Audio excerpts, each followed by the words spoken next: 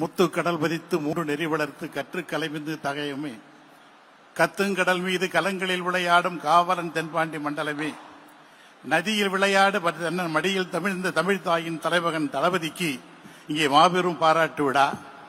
திருவாய் செல்வமாய் தேனாய் வானோர் செடுஞ்சுடராய் செடுஞ்சுடனர் சோதிமிக்க உருவாய் உறவாய் ஊனாய் ஊனின் உள்ளமாய் உள்ளத்தின் உள்ளே நின்ற கருவாய் கற்பகமாய் எங்களை எல்லாம் காத்து வருகிற தலைவா, உனக்கு பாராட்டு விழா இங்கே நடைபெற்றுக் கொண்டிருக்கிறது. தளபதி என்கிற வாசகத்தை நான் கலந்து பாடுங்கால் நற்கரும்பின் சாற்றினிலே தேன் கலந்து பால் கலந்து தெவிட்டாத தேன் சுவை கலந்து ஊன் கலந்து ஓட்டாமல் இருக்கின்ற உத்தம தலைவனுக்கு பாராட்டு விழா. அகமாகி புறமாகி ஆனந்தமயமாகி சுகமாகி சுவையாகி சுந்தர தமிழாகி பகலாகி இரவாகி பாசமுள்ள உறவாகி எங்கள் நெஞ்சமெல்லாம் நிறைந்திருக்கிற அன்பு தலைவருக்கு பாராட்டு விழா. இடியா புயலா எரிமலையின் தீப்பிடம்பா விடியா படிமுரசா வெளியச்சு வரி மின்னல் கூடியா தாயின் மடியா மலர்த்தேனா மதுகுற்று உண்டமா என்னவென்று உடன்பிறப்பே என்று சொல்லி உணர்ச்சி பொங்க நெருப்புகளை எழுதுகிற அந்த உத்தம தலைவனுடைய பிள்ளைக்கு பிறந்த நாள் பெருவிழா. ஒரு திராவிட தேசத்தின் தலைவன், ஒரு திராவிட தேசத்தின் தலைவன், தமிழினத்தின் காவலர், 150 கோடி மக்களுக்கும் காவல் தெய்வமாக விளங்குகிற தலைவருக்கு இங்கே பாராட்டு விட வேணும்.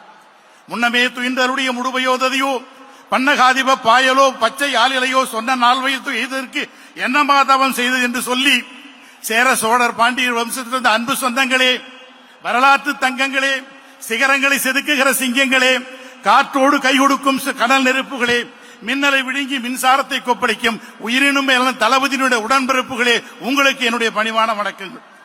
செந்தமிழ் செம்மாப்புடைய மாலை நேரம் அரங்கம் நிறைந்திருக்கிறது.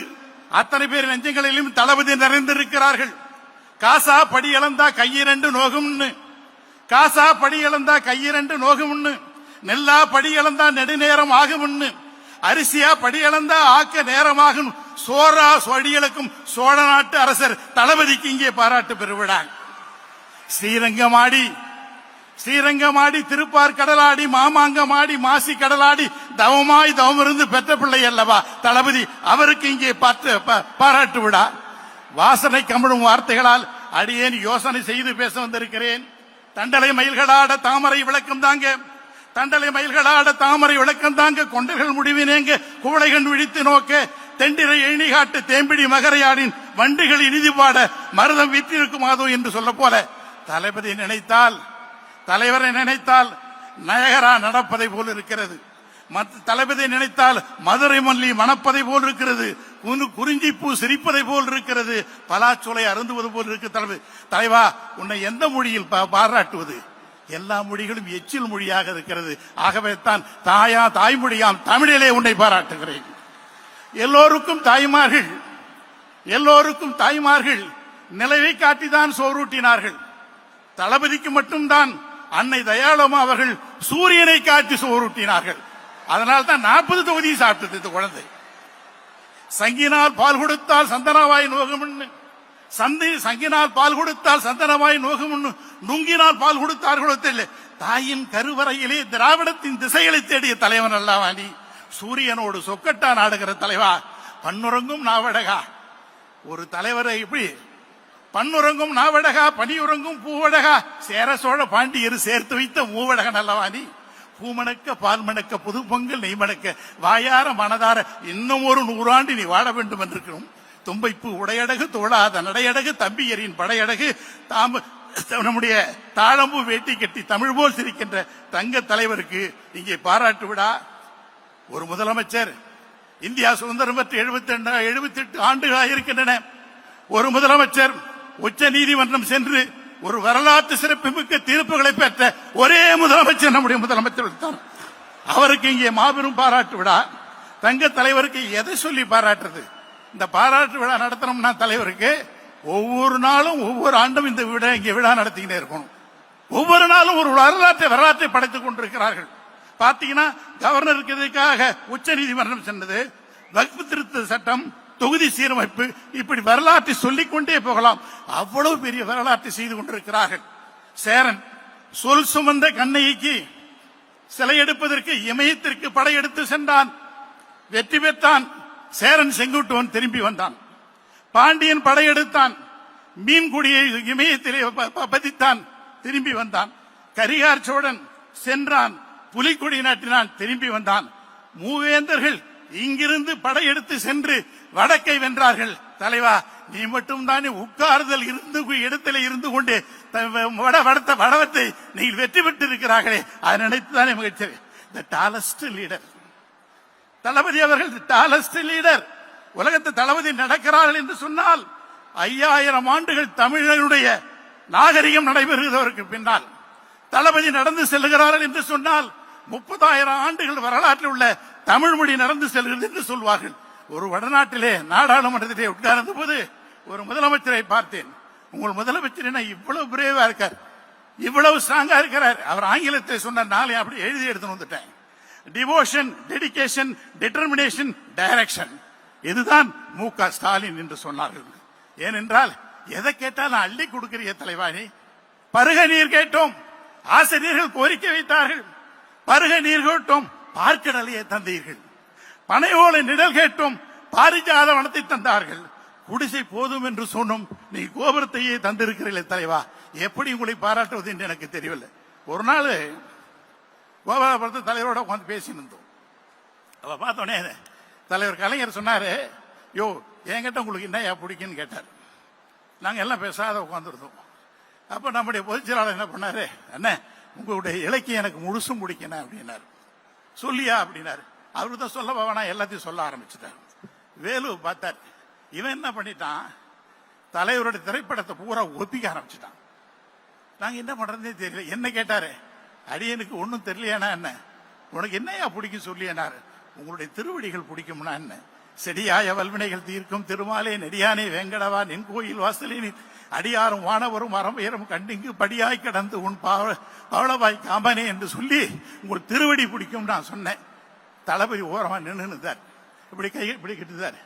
தளபதி உனக்கு என்ன பிடிக்கும் பயம் கிட்ட அப்படின்னு கேட்டார். இவர் பேசாத நின்று இருந்தார்.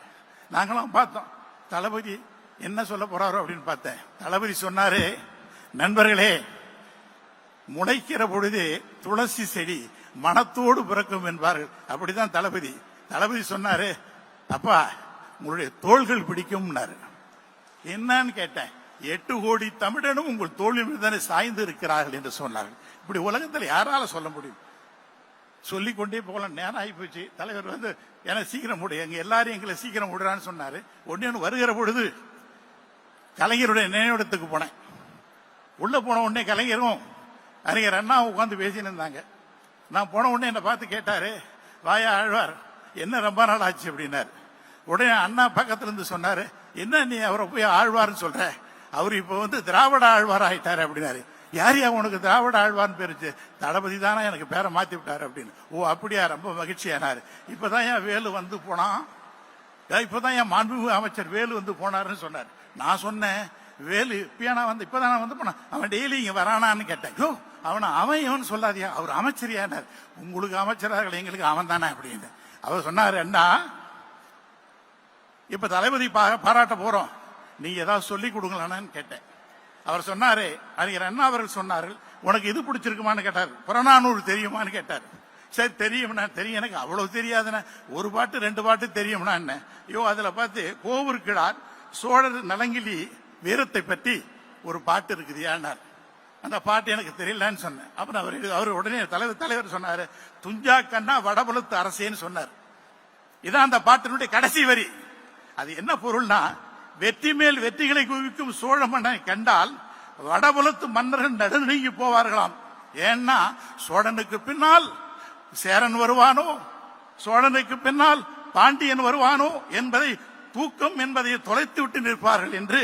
இன்றைக்கும் அப்படித்தான் தமிழ்நாடே படையாக நிற்கிறது, வடக்கு படபடத்து நிற்கிறது தலைவா. அடுத்தது கலைஞர் அண்ணா என்னென்ன பேசுறது அப்படின்னு கேட்டேன். உமிழ்நீரும் தமிழ் நீராய் சுரக்கும் தம் வேர்களுக்கு தாய்ப்பால் ஊட்டிய பாட்டுடை தலைவர் அல்லவா தலைவர். மந்திர சொல்லுக்கும் மகுடி வார்த்தைக்கும் சுந்தர தமிழுக்கும் சொந்தக்காரர் அல்லவா. சொக்க வைக்கும் சொல்லடகும் சொற்போரில் மற்றவரை சிக்க வைக்கும் பேரிடு கொண்ட பெருந்தகை அல்லவா. மயங்க வைக்கிற மந்திர தமிழாய ஆன்மாவை அந்திவானத்தில் ஆட வைக்கிற தலைவர் அல்லவா. யாப்பிலா பாடல் ஏனும் யார் தரும் கவிதை ஏனும் மாப்பலா போல் மடியில் வாங்கி காப்பலா தமிழர் நெஞ்சில் காலமெல்லாம் வீட்டிருக்கும் மூப்பிலா தமிழ் முத்தமிழறிஞரை பார்த்து கேட்டேன், தளபதியை வாழ்த்த போற என்ன சொல்றீங்கன்னு கேட்டேன்.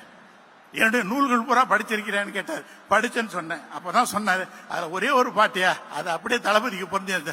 என்ன சொல்லுங்க, என்ன மாணிக்கம் இழைத்து தொட்டில் மகவு கால்பட்டு நொறுங்கி போகும், மகன் காட்டும் வீரம் என்று மறுநாளே திருவிழாக்கும். மாணிக்கத்தாலான தொட்டிலாது, அது அந்த குழந்தையினுடைய கால்பட்டு நொறுங்கி போய்விடுமா. அப்படித்தான் என் தளபதி செய்கிற சாதனைகள் ஒவ்வொன்றும் சொல்ல முடியாது இருக்குதுனார். அடுத்தது பெரியார் திடலுக்கு வந்தேன். பெரியார் திடலுக்கு வந்து பார்த்தா, பெரியாரை பார்த்து வணக்கம் ஐயா, வணக்கம் ஐயா, இது மாதிரி பார்க்க போறேன், தொண்டு செய்து படுத்த படம் துயதாடி மார்பில் விடும், அவரை போய் பார்த்தேன். அது ஐயாவை பேச போறேன், தளபதியை பேசணும். நான் என்ன பேச, நீ ஒன்னும் பேச வேணாம் ஐயா, அங்க ஆசிரியர் வீரமணி வர்றாரு, அவர் பேசுவார் போடா அப்படின்ட்டார் அவர். அப்புறம் அடுத்தது பார்த்தேன், வள்ளுவர் கிட்ட போனேன். வள்ளுவரை பார்த்து கேட்டேன், ஐயா நான் என்ன பேசுறது அப்படின்னு கேட்டேன். வள்ளுவர் சொன்னாரு, உருவசியும் ஓவாப்பினியும் செருவகையும் சேரால் இது நாடு அப்படின்னு நான் திருக்குறள் எழுதினேன். தெரியுமா ராமான்னு அப்படின்னா. அப்படி ஆட்சி செய்கிற அந்த முதலமைச்சருக்கு முறை செய்து காப்பாற்றும் மன்னவன் மக்களுக்கு இறை என்று வைக்கப்படும் சொன்னான். ஒரு முதலமைச்சர் நாட்டு மக்களை எப்படி நன்றாக நடத்துகிறாள் என்று சொன்னால் அவர் இறைவனுக்கு சமம் என்று சொன்னார். திருவள்ளுவர் சொல்லி முடிச்சார். அடுத்தது பார்த்தா, கூத்தன் இருந்தான், குரலரசன் அங்கிருந்தான், வார்த்தை தமிழுக்கு வழங்கிய தமிழ்வேந்தன் கம்பன் இருந்தான், வயதான தமிழ்காட்டி அவை இருந்தால், அரசியோடு சீதனமாய் புலிச்சோட நாடடைந்த புகழேந்தி அங்கிருந்தான், நக்கீரன் நன்னாகன் நப்பசலை நப்பூதன் ஓக்கூர் மாசாத்தி ஒன்சாத்தான் சிலம்பெடுத்த தக்கோன் காவலர்கள் மூவருமே காத்து நின்ற வாயிலுக்கு பாட்டெடுத்த தம்பி எத்தனை பேர், அத்தனை பேரும் வெளியே காத்திருக்கிறார்கள். தமிழெண்ணை வெளியே காத்திருக்கிறார்கள் தலைவரை வாழ்த்துவதற்கு. தமிழெண்ணை உயிரெழுத்து 12 பேர் கைகளிலேயும் பன்னீர் தெளிப்பானை கொடுத்து தமிழ் தாய் அனுப்பி இருக்கிறாள். மெய்யெழுத்து 18 சந்தன கண்டங்களை தந்து அனுப்பி இருக்கிறார்கள். உயிர்மெய் எழுத்து 216 பூச்செண்டுகளை கொடுத்து இங்கே அனுப்பி இருக்கிறார்கள் தளபதியை வாழ்த்துவதற்கு.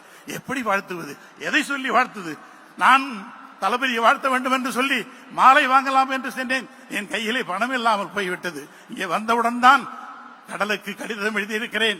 என் தங்க தலைவா, கடலுக்கு கடிதம் எழுதியிருக்கிறேன் முத்துக்களை கொண்டு வர சொல்லி. வானத்துக்கு கடிதம் எழுதியிருக்கிறேன் விண்மீன்களை மாலையாக ஆக்கி கொண்டு வர சொல்லி. தென்றலுக்கு கடிதம் எழுதியிருக்கிறேன் தீந்தமிழ் இசைப்பாடுவதற்காக. சந்திரனை வர சொல்லி கடிதம் எழுதினேன். சந்திரன் சொன்னது, நான் வருவேன் பாதியில் மறைவேன், நான் தேய்கிறேன் இல்ல தேயாத நிலைவாக உங்கள் தளபதி அங்கே இருக்கிறாங்க, நான் எதுக்குப்பா அப்படின்னு சொல்லிச்சு. சரி, அதுக்கு அடுத்து பார்த்து சூரியனுக்கு கடிதம் எழுதினேன். சூரியனுக்கு மொத்த சொந்தக்காரர் உங்கள் தளபதி தானே, அவருக்கு நான் வந்து என்ன சொல்லுவேன். ஆகவே எவ்வளவோ சாதனைகள். இந்த அரங்கத்தை வேலும் முழுசா கொடுத்துட்டான்னா இதுக்கு ஆண்டு முழுதும் விழா நடத்தலாம். அப்படி ஒவ்வொரு நாளும் ஒரு வரலாற்றை பதிப்பித்துக் கொண்டிருக்கிறீர்கள் தலைவா. இந்திர விழாவில் கோவலனும் மாதவியும் மீட்டிய யாழ் கிடைத்தால் உங்களை காணல் வரியில் நான் பாடுவேன். இளங்கோவடிகள் எழுத்தானே எனக்கு கிடைத்தால் உங்கள் காவியத்தை உங்களை நான் பாடுவேன். எப்படி உங்கள் தோள்களில் ஏறி நின்றால், உங்கள் தோள்களில் ஏறி நின்றால் சூரியனையும் சந்திரனையும் நாங்கள் தொட்டு பார்க்கிறோம் தலைவா. எங்களுக்கு எப்படிப்பட்ட மகிழ்ச்சி எல்லாம் நீங்கள் ஒவ்வொரு நாளும் தந்து கொண்டிருக்கிறார்கள். சூரியனுடைய ஆயுள் உங்களுக்கு, சூரியனுடைய ஆயுள் உங்களுக்கு, பிரபஞ்சத்தினுடைய ஆயுள் உங்களுக்கு, ராஜராஜ சோழன் ஆயுள் உங்களுக்கு, தஞ்சை பெரிய கோயில் ஆயுளோடு இருக்கிறது. ஷாஜகான் ஆயுள் தாஜ்மஹாலை போல இறைவன் ஆயுட்காலம் வரை நீங்கள் இன்னும் பல்லாண்டு பல்லாயிரத்தாண்டு வாழ வேண்டும் என்று சொல்லி வாய்ப்புக்கு நன்றி பாராட்டி விடைபெறுகிறேன். நன்றி, வணக்கம்.